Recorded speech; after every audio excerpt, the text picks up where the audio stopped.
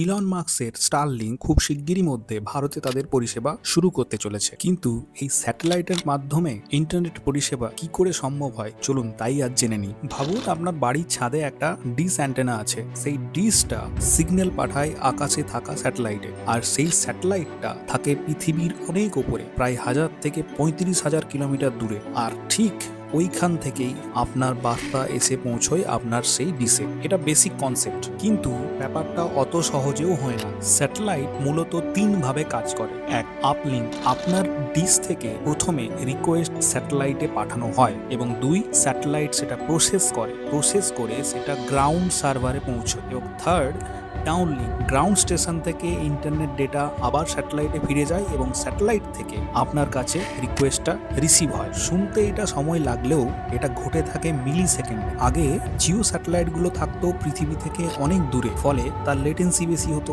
স্পিডও কম হতো। আর এখন লিও স্যাটেলাইটগুলো পৃথিবী থেকে খুব কাছেই থাকে, ফলে তার স্পিডও বেশি হয় এবং ইন্টারনেট পরিষেবা সুপার ফাস্ট হয়। আর এই কারণের জন্যই স্টারলিংকের মতো সার্ভিস এত দ্রুত কাজ করে। স্যাটেলাইট ইন্টারনেটের সব থেকে বড় সুবিধা কি বলুন তো? আপনি যেখানেই থাকুন না কেন, মোবাইল বা ফাইবার যেখানে পৌঁছতে পারবে না, স্যাটেলাইট ইন্টারনেট সেখানে পৌঁছে যাবে। তাই এখন ইন্টারনেট মানে কেবল বা টাওয়ার নয়, আকাশেই ঘুরে বেরোচ্ছে হাজার হাজার ছোট ছোট স্যাটেলাইট, যা আপনাকে আমাকে সারাক্ষণ ইন্টারনেট দিয়ে যাবে প্রতিটা মুহূর্তে।